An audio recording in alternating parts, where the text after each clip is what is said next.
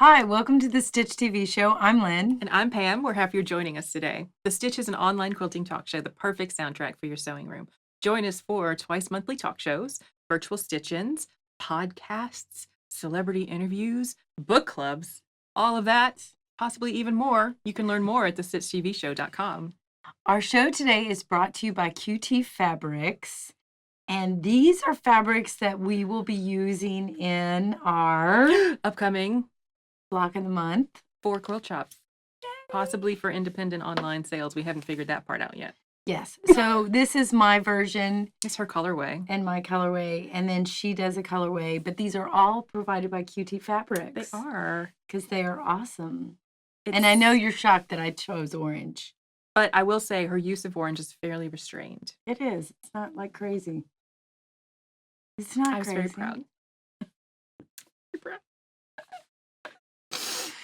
So beautiful.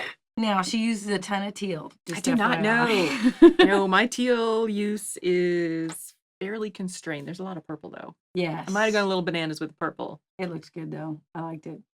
So look good.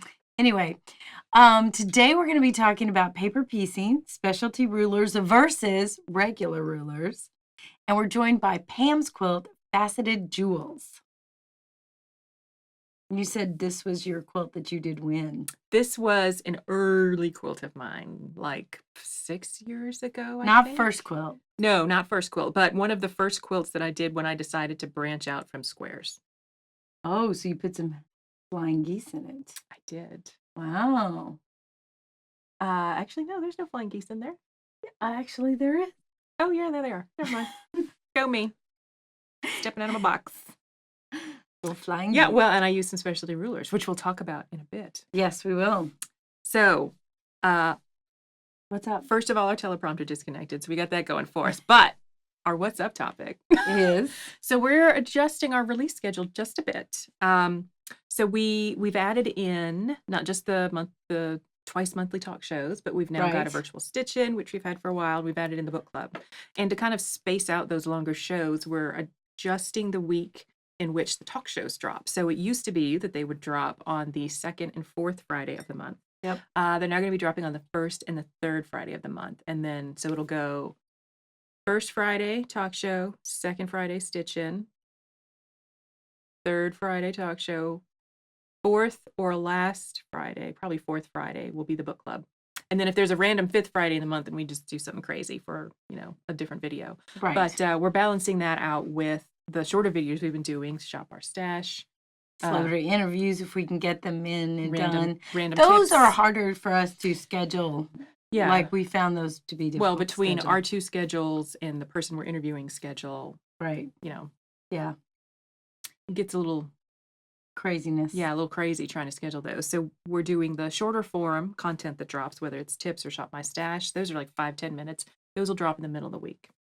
Right. Tuesday, Wednesday, whenever we remember to put them up. Good times. I scheduled all mine for Wednesday. But she can change those. I'm going to change those to Tuesday. I know. Because Wednesday, Friday is only 2 days difference. And then you got a big stitch drought in between. We can't Friday have stitch drought. No. Stitch drought is bad. You need a solid drip of the stitch. Just hug it right on up. It's like caffeine. It's needed daily. Mm-hmm. Oh, we're not daily yet. Seriously. I mean. Oh. Caffeine, yes. Caffeine's needed daily. We are not talking about. We cannot do daily yet. We will. Yet. I don't know if we'd have enough to talk about daily. Not in terms of happenings in the quilt world, no. Mm-hmm. I mean. Happenings on my design wall, yes. And in my brain, probably scary. A lot of weird stuff will come out. Not of her brain, also my brain. Like, yes. No. True. No. So, paper piecing. Get me with it. Okay. Specialty rulers is first, though. I will do specialty rulers. Oh, well, then we can do paper piecing first. Well, I'm just anarchy. We're going to arm wrestle next to which topic paper goes piecing. Paper piecing. Let's talk about paper piecing. So, do you do paper piecing? Of course. Get my stuff out. Backwards and in heels. It's the Ginger Rogers of quilting. Well, Yes, but I think there are some really easy ways to do paper piecing that people forget about that can give you like successful accurate. results. It's not just for weird special blocks. No, it's not. No. Which is my only note. It's not just for specialty blocks. Right. Right. So have you ever paper pieced half square triangles? Yeah, it's not my favorite method. Really? I just cut them accurately the first time. Then I'm going to go through all that. But you still have to trim them up to be completely accurate. So you cut yours, if you're doing a 3-inch finish, you cut yours 3 7/8? Nope. You cut yours what? I use a specialty ruler for that, Lynn. Okay, I thought we were doing paper piecing. And now there's a car honking outside. No, going great, guys. Specialty ruler. So, yes. But I'm going to bring it out. See, no, you use a specialty ruler. I do. This is the easy angle. That's how I cut my half square triangles. Because I can use a strip of fabric the same as I would a square of the unfinished for the same finished size. So I could use a 3.5-inch strip of fabric. Right. To make a finished 3-inch half square triangle. I'm surprised you use a specialty ruler. Like, it's not normally her thing. Not normally. Yeah. But even if I did do a 3 7/8-inch square, I cut it on the diagonal and then I sew it together. All right. Because I ain't got time for marking. I got stuff to sew. So how do you do quarter square triangles? Or quarter square? Cut it 1.25 inches bigger than the finished size. Yes. And then you cut it on both diagonals. And then you lay it out like you need it to be. And then you sew it together. Oh, no. That's called quilting. You cut up perfectly good fabric into smaller pieces to sew it back together. Yes, but then you're dealing with bias. And I deal with bias every day, Lynn. Some person asked me if an old lady made my blanket. That's biased. All right. So we're talking about paper piecing. Apparently you're not, but I like to use paper to do half square triangles. I did a quilt where I had 300 2-inch squares, half square triangles on a border. She brought that on herself. I did. But that being said, it was easier to lay them on this paper and trim them all up and I was done. Then to cut all of those out, I just thought that was more work. But this works better if you do scrap quilts because you can use smaller pieces of fabric. As opposed to this, you need a bigger chunk. True. And you have more that finish the same. And I wanted them all to match. Yeah, but I didn't need that. Yeah. That's not usually my jam. Well, right. I mean, if you're doing scrap quilts, this would work. But if you're doing a planned border and they're all the same, this is a better technique. It's debatable. Not my favorite technique. It's better technique for you. It is. I like this technique. And I teach this technique. But anyway, there's this program called Triangulations. I love it. And you can do half square triangles, quarter square triangles, flying geese, all with paper. And I just think it gives me accurate. Yes. It's very accurate. So I think it's a good success. If you're concerned about accuracy. If you're concerned about accuracy. If you just want to get a quilt done. Nope. Well, true. Have to stop and tear the paper out and then have this trash can full of paper. And the cats get in there and treat it like confetti and suddenly there's a ticker tape parade in your living room. You got time for that. There's also... True story. Okay, true story. True story. I do more paper piecing than Pam does, apparently. You don't do any. Of regular blocks, yes. No, the Harry Potter bookshelf quilt. Oh, that was all paper pieced. But that was much more complicated. Oh, yeah. That was like I am trying to make a realistic looking animal book, whatever the object was. But in terms of regular quilt blocks, no, I don't usually use paper piecing for that. So they have this new product online too that I liked, and it's these papers that they're calling them mixed recipes. I think Moda's putting them out, and they match either the 5-inch squares or the 10-inch squares. So you put the paper on top of like a 5-inch square, right sides together. I put the paper on top and it shows me where to sew, and then it shows me where to cut. And then I get a variety of ways that I can arrange that to get these cute little squares. And it's a way to use up your charm pack, which I think is cute. Have you done this? No. Oh, see, look, I did this. It's a cute little baby quilt. Or is it it was a doll quilt, right? Oh, sorry, yeah, it's a doll quilt. It's a very small baby. It's a doll quilt for an American Girl 18-inch doll. So, but these are all those little paper, but the points are really good. Accurate. Didn't have to deal with bias. I don't know. I think it's a good choice for those people who don't. Now, when you do that, you shorten your stitch length like you would. Absolutely. Yeah. And that helps the paper perforate, so it's easier to tear. Yes, absolutely. And it's for me, it's just faster to cut. I'm only cutting 5-inch squares. I'm not dealing with angles and bias and stuff. I don't know. I've just never done it like this. Well, just because you've never done it doesn't mean that it's I have done it like useful. This. That's not true. I have this ruler. I've done it like this. I think I gravitate to this maybe. That's fine. So we can still be friends. So where did you learn paper piecing from? The interwebs. The interwebs? I took a class and then the interwebs. Took an in-person class. Eileen Sullivan? Not from her. Eileen Sullivan. Eileen Sullivan? You're just going to say it over and over. Yeah, pretty much. And she's going to appear, like when you say Bloody Mary in the mirror, five times at a sleepover. She's from the Atlanta area. This is who I learned how to paper piece her foundation. She's in Duluth. Oh, no, the woman I learned from lives on the south side. Yeah.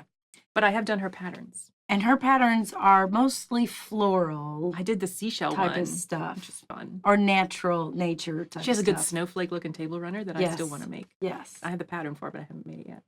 But she walks you through basics to whatever. We've got other friends who do this too. But here's a little rose. They're cute. But this is much more difficult paper piecing wise. Like your Harry Potter. When you get like the very sharp points, that can get kind of dodgy sometimes. Yeah. She actually has some quilts in the museum, in the National Quilt Museum in Paducah. So she's a good resource for beginner type stuff. There's other beginner resources out there too, not just hers. So, because we have other friends that do this too. Well, SewHooked.com has a number of free paper piece patterns online, and she also runs Fandom and Stitches. So the Harry Potter design, she's got a ton of science fiction, fantasy, themed blocks. She's got Muppet blocks, like all kinds of stuff out there. Oh, right, yeah. But those are definitely on the much more complicated. Yes, for sure. When you end up like you're paper piecing a long, skinny piece, and then you have to sew to another piece. Yeah, so it's those are a little crazy. More. And a lot of those are which. Paper piecing is the same as, yet different than foundation piecing. Foundation piecing, typically the foundation stays in. Right. So, I like foundation piecing, but only when I'm doing like more intricate stuff like this. I only tend to do it if it's string blocks or something like that. Oh, really? Yeah. Huh. Because this is...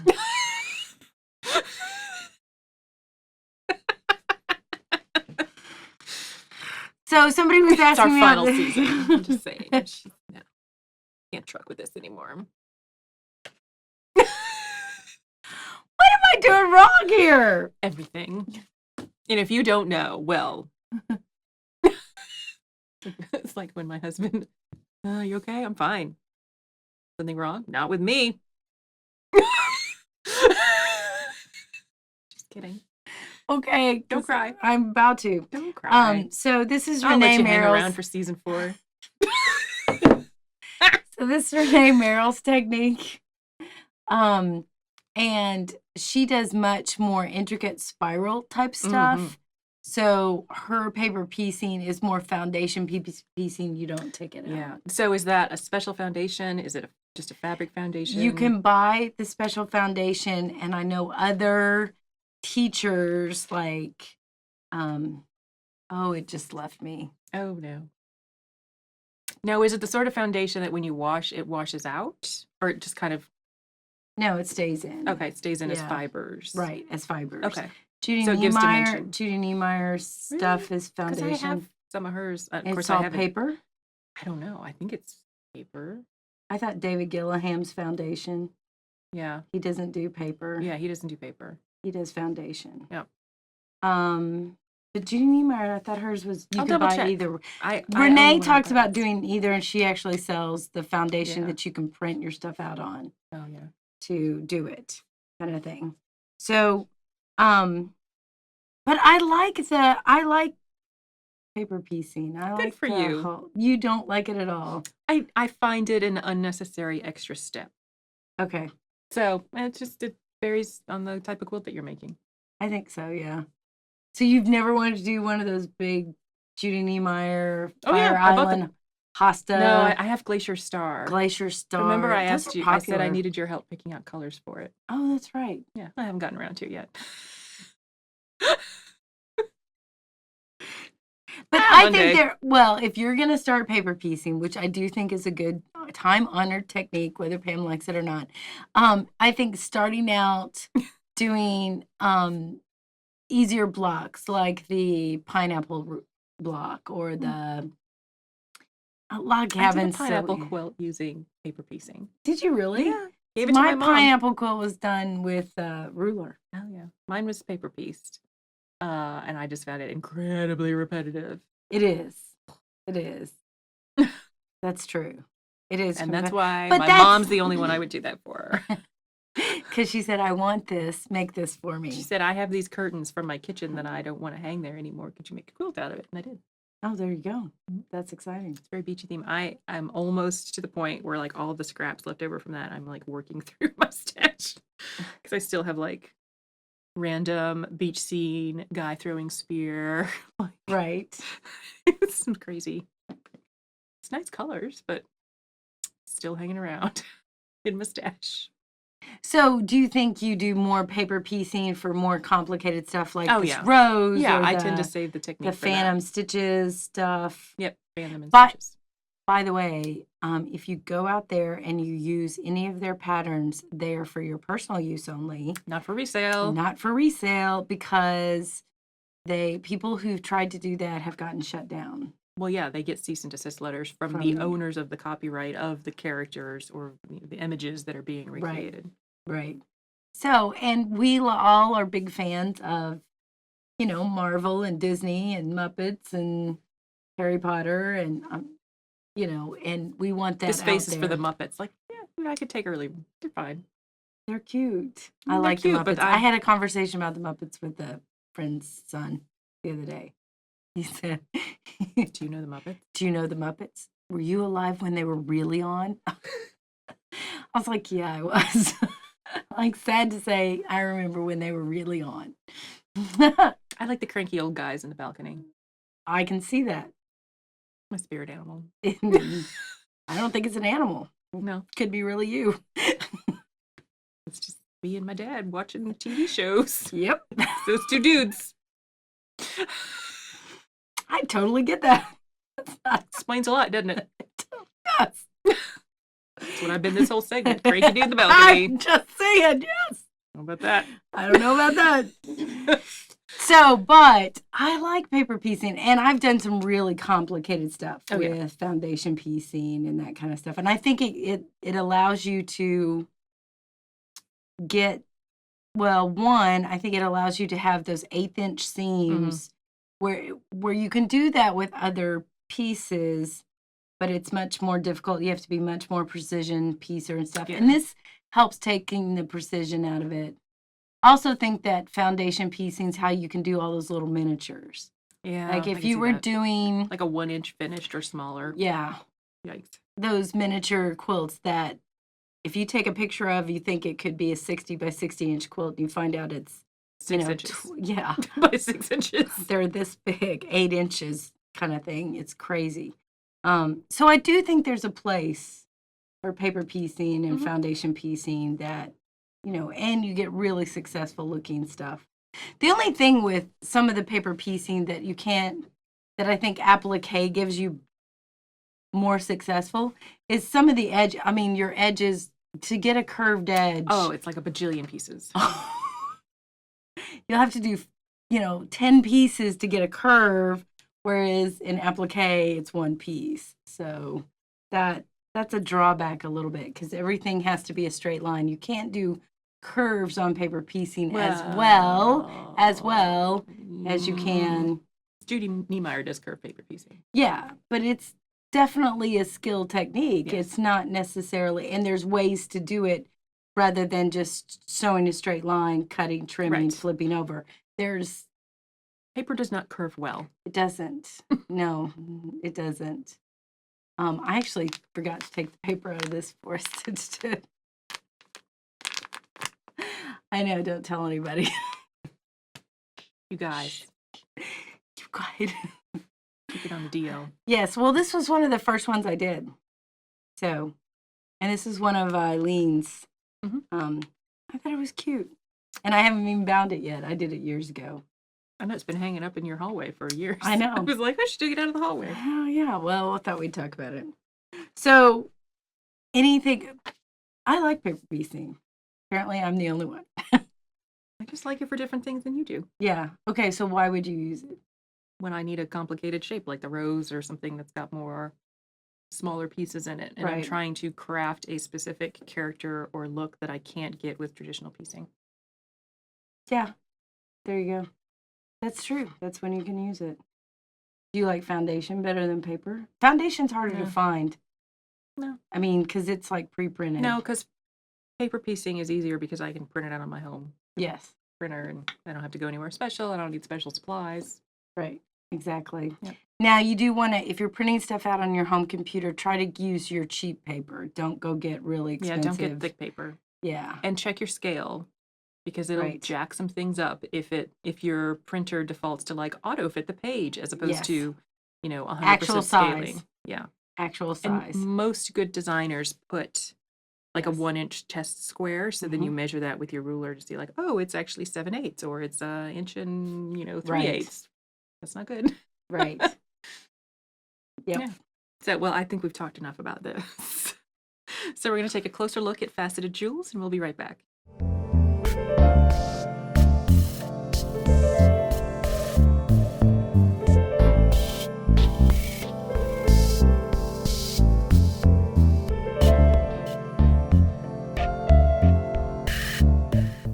Hi, welcome back. Now we're going to talk about specialty rulers. Okay. And Lynn we're done. picked all the topics for this episode. Okay. No, so I've firmly held usually that like I don't really truck with specialty rulers and I have a giant pile of them. So go me. But so when do you use specialty rulers, Lynn? I use them a lot, actually. When it fits what I'm making on the quilt, I'll dig out a specialty ruler. But I also like to buy them and try them and see if they work well. Do you ever get rid of them if they don't? Not really. That's why I have 4 totes in there of specialty rulers. Nope. So keep them all. And there's some that I don't like as well. Yeah. When I buy them, it is because I need to cut a shape that I can't get out of my good old regular ruler. Right. So that's why I have like a lot of triangles. So which ones do you have? Oh, I have several. From the person who doesn't do specialty rulers. Well, I mean, we talked about the easy angle before and its friend, the companion angle. Right. So these two help me do a lot of awkward holding on camera. But they do flying geese and half square triangles. And these are what I used when I did the quilt hanging behind us. And I like to use the flying geese ruler. And there's a couple different companies that put it out, Lazy Girl Designs, as well as the 180 Studio, which is the Deb Tucker wing clipper. And I like these because I think they make 4 geese faster than the easy angle does. So yeah, I've done the 4 geese technique. And it always strikes me as weird because you're cutting squares at odd sizes.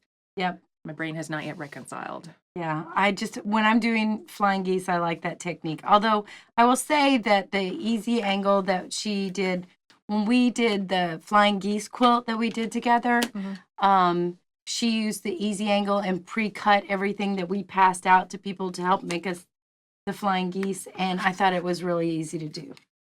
Now The another prep one, work was more than I yeah. felt like the other one is.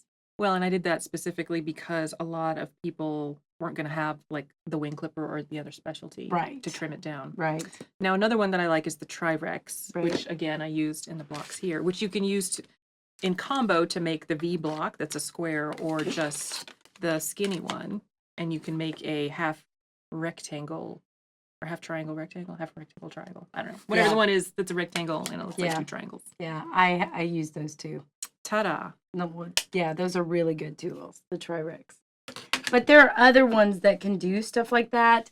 And another one is the Creative Grid's Lazy Angle, and it can do similar to that. Yeah.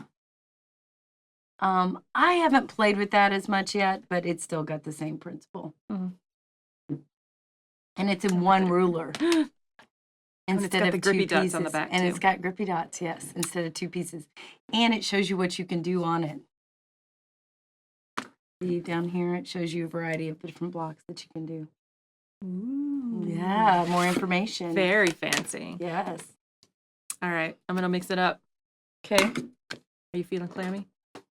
Go ahead. I don't have a ruler for this. I know, but you could borrow mine. I have 3 because it came in like a 3-pack of different sizes.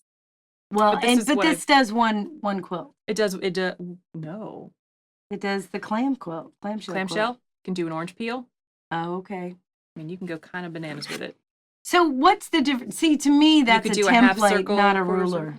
But yeah, but I use it for cutting. You have to use a 28 millimeter blade. You need a smaller blade to go around the curves. Yeah. But she's got instructions written up for orange peel, clamshell, like just half circles. So this to me crosses that it's not a template, it's a ruler because the lines on it. Mm-hmm. If it's a template, it just has the shape. Mm-hmm. And you're limited to only making a quilt size with that shape, not with a variety of shapes, which that actually gives you other options. Oh, but see, she's got all the little shapes too. Right. Yeah, it's cool. Ta-ta. There you go. And this size is good for layer cakes. The 8-inch? Mm-hmm. Okay, yeah, cool. 10-inch squares. What else you got? Hit me. Well, I've done a quilt using Deb Tucker's Hunter Star. Oh, yeah. Someone posted that in What's Up Stitches. And it's a really good way to make a Hunter Star quilt. And it just was easy to use. Now you're only using that ruler for a Hunter Star quilt. Yeah, you're not using it for other things. So very special. That's very special, yes. Go ahead. I like a fat Dresden or a tumbler ruler because you could use this either for big Dresden plates or you can do tumblers with it, which I've used. There's a lot of wedge rulers out there and they're in different size of wedges. Oh, because I've got a smaller one. I have a smaller one. I have a 15-degree ruler that is like 30 inches long that I use to make the tuffet. But I've also used it to make a Christmas tree skirt. Yes. I bought my longer one to make a Christmas tree skirt. Yeah. But you could use it for Dresden too. Easy. Yep. Okay. I also have this I like Deb Tucker rulers. This is square and a square, which gives you a variety of square and a squares, which I know you can cut and do in other. Yeah, they never turn out right. But your square ends up looking like a weird octagon. This one allows you to square it up, and it just gives you a nice accuracy. I like. And you could also use paper piecing to do that. You could. If someone did paper piecing, they could use paper piecing, but not sure. Someone could. Like they're not people on this show. Yeah. So my final one is the one most likely to stab you in the high school yearbook. Get away. This is a clear view. It's a 60-degree ruler. Yes. Those are good. And I use it to cut hexagons. I use a hexagon, and it's not even out of the package, but I have a hexagon ruler to cut hexagons. I know you can cut them with that, though. You just got to fold them in half. Yeah. And this one allows. Now, this one's limited to the size, but it's a Fons and Porter ruler of hexagons. I got it for Christmas one year. I haven't opened it yet. So you can tell I haven't made a bunch of hexagon quilts yet. Yet. It's coming. I've made the Belinda, but I used your 60-degree ruler to cut it. Now, I do think and I don't want to say who this is by, but I do think there are some rulers out there that were developed, and I'm like, I don't understand why I would need that. So we're going to show those and talk some smack about them? No, I'm not going to show it. Okay, good. But like there are some rulers out there that have been developed for log cabins. Mm-hmm. Log cabins are pretty much straight strips that are, and I know how to cut a straight strip, so I would never use that ruler kind of thing. So I don't know what's this that. less fun one here you got? This is I don't know that I consider this a template as much as I consider. I mean, I don't believe that it's a ruler as much as it is a template. This is the twister template. And what you do is you sew blocks together, and then you put the corner of the blocks on this line, and then you trim around the ruler, which allows you to sew those blocks back together with the corners turned, which gives a twisted. It kind of looks like a windmill. Yeah. And that's great for layer cakes. Yeah, this is the 10-inch square size. I have the 5-inch square size. I do too. And I have the little teeny tiny one. Yeah, I can't. That's kind of bananas. Yeah. I ain't got time for that. It's kind of cool. All right, you got any more rulers I need to hold up? Well, no, I don't. All right, well, I'm going to put this down, and then we can keep talking. All right. So I do like, I mean, I had several other rulers in there that were specialty rulers. I do kind of consider some of them just templates. If they don't have lines on them where I can change different sizes, to me, it's a template, right? Mm-hmm.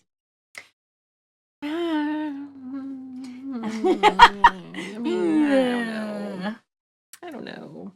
I like some of the rulers when they allow you to square up something that you've made. Those in the specialty ruler world are really good. And I think Deb Tucker's one of the best ones out there that does that. A lot of other people do that. Hers the ones I've used the most in that aspect. I think Creative Grids does that too, though. But I think you are limited when you're using specialty rulers sometimes to size. Mm-hmm. Like, you know, I want to make, if I'm designing and I'm designing it, I'm limited to size. But I don't know, isn't that the nature of quilts too? Seriously? Like, kind of limited to the fabric that you have. Well, that and, you know, blocks are kind of not standard, but, you know, you're limited to the size of math. You're trying to make a 60-inch quilt, then just get one big 60-inch block, man. There you go. That's how we need to roll. I do think it makes cutting easier. Like, I know that you can do some of this stuff with your standard ruler with the 45 and degree lines on it and stuff, but... Now, something I didn't bring, but I do use frequently, but not for the intended purpose, fussy cut rulers. Do you have any of those that you use? I don't. So I got it's a Fons and Porter set, and it's like a 2-inch finished on up to 6-inch. So there's, 5 different sizes of them. And I use them more for squaring up. So they're just a solid template, and then there's like a frosted edge for the 1/4 inch all the way around. So you can see exactly what's going to be right. on the... So if you wanted to use them to fussy cut and be like, oh, I really only want to hone in on this flower and center it, you can. But I use them when it's if I do need to square something up, or it's like, oh, cut 4.5 inch, or even if I'm not fussy cutting specifically, I can use that to know that's my right finished block size. Well, that's good. Yeah, I just use bigger square ruler. The 14.5-inch square ruler squares up most blocks for me. Yeah. I do have, and we talked about this last night, I do have the 20-inch, but that's a big block. I mean, it's a big ruler that's kind of unwieldy too. But I like that 14.5-inch square ruler. My 3 favorite rulers are the 8.5 by 24, 6 by 12, and a 14.5-inch squared. I use those most. I have for trimming, cutting strips, squaring up. 6 up. by 14 that I like, and I find that extra 2 inches helps me if I need to cut a 12.5-inch length of something, or sashing particularly. I do Who makes that? I think it's an OmniGrid. Is it really? I just haven't seen that. I think I would like that. I agree with you. That extra couple inches. I don't have an intermediate size. I have a 12.5-inch block or a ruler for squaring things up. And then I go immediately then the 20.5-inch, which is a little big, a little unwieldy. Yeah. I tend to stab myself in the stomach with it. Well, you have to have a big table and yeah, I got that. Well, yeah, I'm just saying for other people, Yeah. even with the big cutting mat, And you that need a big 20 place inch, to store it too. right? Yeah, that 20-inch blocks. Now, how do you store your rulers? So the ones I use most frequently, I have one of those pieces of wood with the grooves routed in it, and I store probably 8 rulers upright. So I have a 6.5 inch that I use a lot, square, 6x14, 6x24 that I keep there, along with my easy angle and companion angles because I use those the most. Right. And those are tabletop and easy to access. For the smaller ones I've got that I've showed here, I have a pegboard on the side of my cutting table with hooks that I'll hook them on. And then my 20.5 inch actually sits at the other end of the table, kind of behind where my sewing machine tote is that I take Right. for sew-ins and retreats. Right. I put most of mine in a 12 by 12 plastic thing, and I have 4 of those that these just kind of go in and get shuffled in and out of. I have to admit, the ones that I pulled out are the ones that are most at the top. Those are the ones I use the most. So yeah, I mean, I like specialty rulers. Now, when we were talking templates, I do have some curved templates for the Drunkard's Path and the melon and the I forget what it's called, but it's got a center circle kind of ring in it. And I like those a lot, but I like curved piecing, so I find myself using those more too. Yeah. I'm doing curved piecing stuff. Yeah, most of my curved piecing is done based on the clamshell ruler that I showed. Yeah. I'm going to have to look at that ruler because I don't have it. I may need to get it because although I've not done it. Now, I have bought some rulers that I hate. And we won't talk about those because we're not that kind of show, but Done a couple where I'm like, yeah, I'm not ever using like it you use again. it once and you're like, yeah, I'm throwing it away. So you're not throwing it away. I should. You're gonna put it I in found it today. I went, oh, the door prize bin. Hate that ruler. Now, do you have one of those rulers that helps you cut strips? Has the little slots in it? The June Taylor, yes. Yes, I have one too. I don't like it. I love the idea of it, but I have found that whatever the plastic it's made out of, I tend to shave off part of it every time I cut. Like it's not particularly rigorous. I don't like that when I put the rotary cutter in the slot, I'm hitting that back end, and I keep thinking I'm nicking my blade. Yeah. And I hate that thought that, oh, this is another blade that I have to, because I don't like changing blades. And then when I do change blades, I'm like, oh my gosh! Why did I do this sooner? I just did that this week where I was cutting stuff for like the Block of the Month kits, and I'm just like, oh, and there's like fibers digging into my cutting mat, and I was like, oh, it's time to change a blade. I'm like, I can finish strong. No. Change the blade. And then it's like, shing. Oh, the sun comes out. It's a glorious feeling. Mm-hmm. The rain goes away. It's a good day when you change blades. I wish I felt that way about needles. Don't tell Andy. I don't change needles as much as I should. Other people, I get in trouble for that a lot. So, anyway. Would the quilt police come and get you? Yeah, that's exactly right. How much, does that get you Show 2 up years? at my door. 2 years, quilt jail. It's kind of scary. Mm-hmm. I'm not good at that. So, we both use, I'm surprised you have that many specialty rulers. Our stack is the same size. But mine are all funky shapes. You have a lot of square shapes. Well, I have those. I didn't bring out my whole stack. That's the problem. I only brought out part of them. We ain't got room on the table. I know. We'd still be talking about rulers. And I left some over here that I used that you also had. Yep. So I didn't bring those out because I use the Tri-Rex. I do have a bunch of templates that are not necessarily rulers. And I think that's a lot of what's in there. Those are the ones that are rulers with lines that, do specific measurements. Templates, you're stuck to that size. Yeah. Kind of thing. That, to me, is the difference kind of deal. All right. Well, we're going to wing the closing credits here because our teleprompter is disconnected again. So, are you ruler special? Like a snowflake? Let us know. Leave a comment on the blog or on the YouTube episode. This episode's been brought to you by QT Fabrics. You can learn more about them and their fun fabrics at qtfabrics.com. And we'd also like to thank 77 Peaches and Big Think Productions for sponsoring the Stitch Helping TV produce show. the Stitch. Helping produce the Stitch. Important distinction. Right. I don't know what that distinction is. QT Fabrics isn't in the room with us going, so if no. you like, so please like, share, and subscribe. And you can check us out online at shop.thestitchtvshow.com. Just gone off the rails. So we have virtual stitch-in coming up. We did have to change a date from what we quoted on the last episode. We will have that in the show notes, as well as our next book club episode. So look for all those details and more on the website. And my podcast will be out Fridays on iTunes or Google Play. And thanks for joining us with Quilting Chat with Friends. I don't know. There you go. There you go.